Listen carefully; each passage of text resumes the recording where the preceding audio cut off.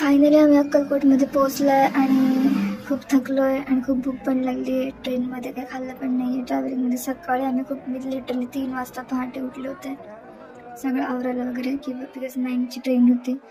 आत्ता 3 वाजलेत आणि आम्ही अक्कलकोटमध्ये पोहोचलो आहे फायनली महाप्रसाद घेण्यासाठी. आणि फर्स्ट टाईम एक्सपिरियन्स करते आहे. लास्ट टाईम पण मी आलो होते, पण तेव्हा खूप गर्दी पण होती आणि खूप टायमिंग पण कमी होता, सो मला तेव्हा नाही याचा अनुभव घेता आला. फायनली स्वामींनी आज कृपा केली आणि मी माझ्या पूर्ण फॅमिलीसोबत हा महाप्रसाद एन्जॉय करते.